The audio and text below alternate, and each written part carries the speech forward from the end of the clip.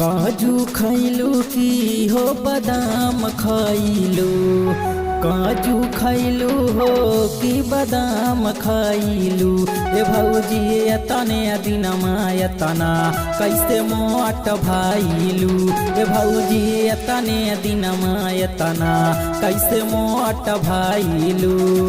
काजू खैलू की हो बादाम खैलू, काजू खैलू की हो बादाम खैलू। ए भौजी एतने दिनमा एतना कैसे मोट भैलू। ए भौजी एतने दिनमा एतना कैसे मोट भैलू।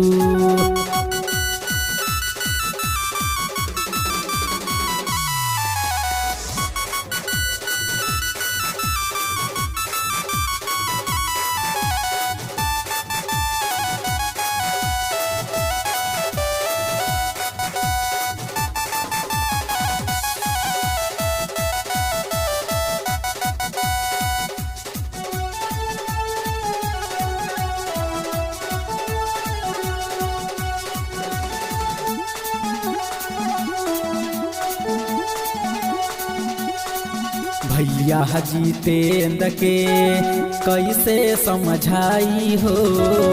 रोजे घुमावे जाले खियावे ले मिठाई हो। भैया जितेंद्र के कैसे समझाई हो। रोजे घुमावे जाले खियावे ले मिठाई हो।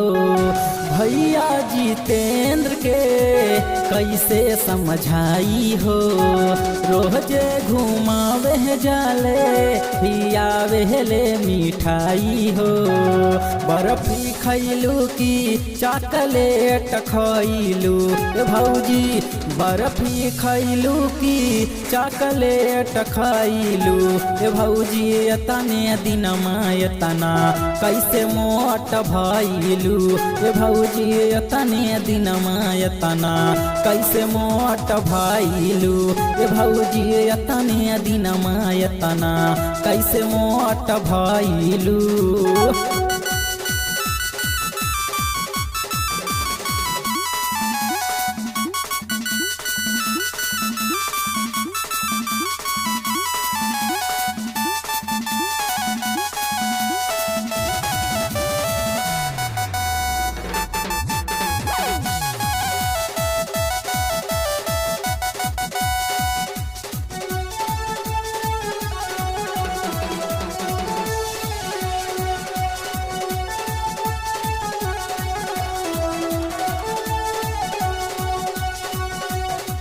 देवर के बात मनबू मिली हो भलाई।